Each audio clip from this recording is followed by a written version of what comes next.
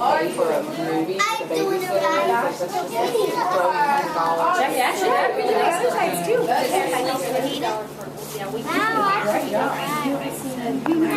There's still some white spots.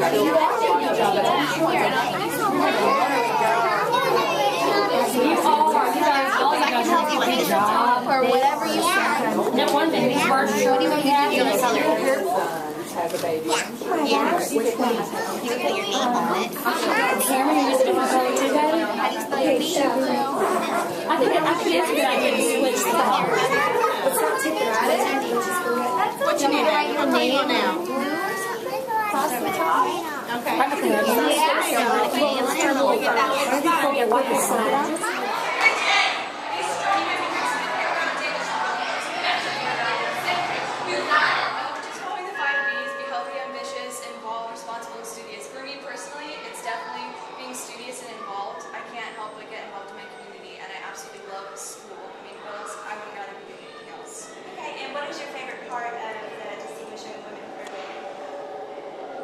Honestly, I just love the relationships that I'm gaining. I mean, I just met 49 amazing women, and it's only been 3 days, and I know everyone's name, and I already feel like I'm best friends with all of them.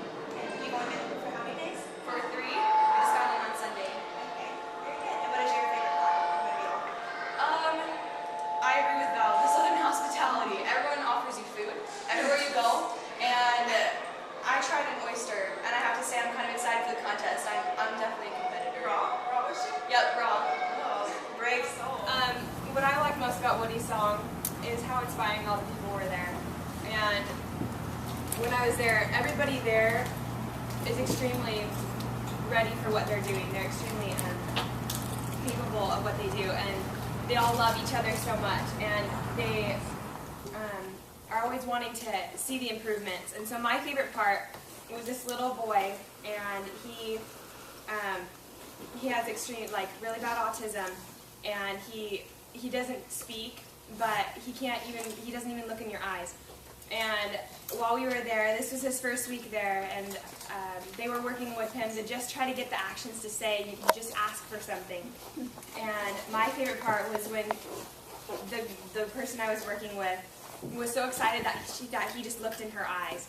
And so I got to experience that a couple of times where we were talking to him and working with him, and then he would look in my eyes, and there was that connection there, and you can understand that he knew so much, and he had this disability just holding him back, and I really liked that experience that I got to look into his eyes.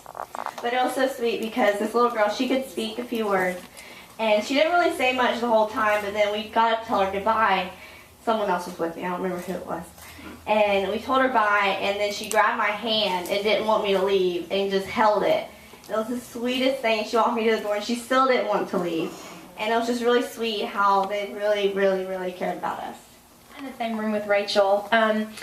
But I thought it was really neat at Habitat how we were making birdhouses to put in Habitat for Humanity builds houses for families that can't afford them. And the birdhouses that we painted with these little kids are going in the houses that, are built by Habitat for Humanity. So it was neat to share the spirit, not only to have fun with the kids, but to be able to share the spirit of volunteerism with the kids, because they knew that they were doing something for somebody else, because we kind of tried to explain that to them on their level. And it was just neat to see how much these little kids love us and how much of a role model we can be for these little kids, because a little boy, after probably about 10 minutes, told me that he loved me. That was the fastest a guy's ever told me that he loved me.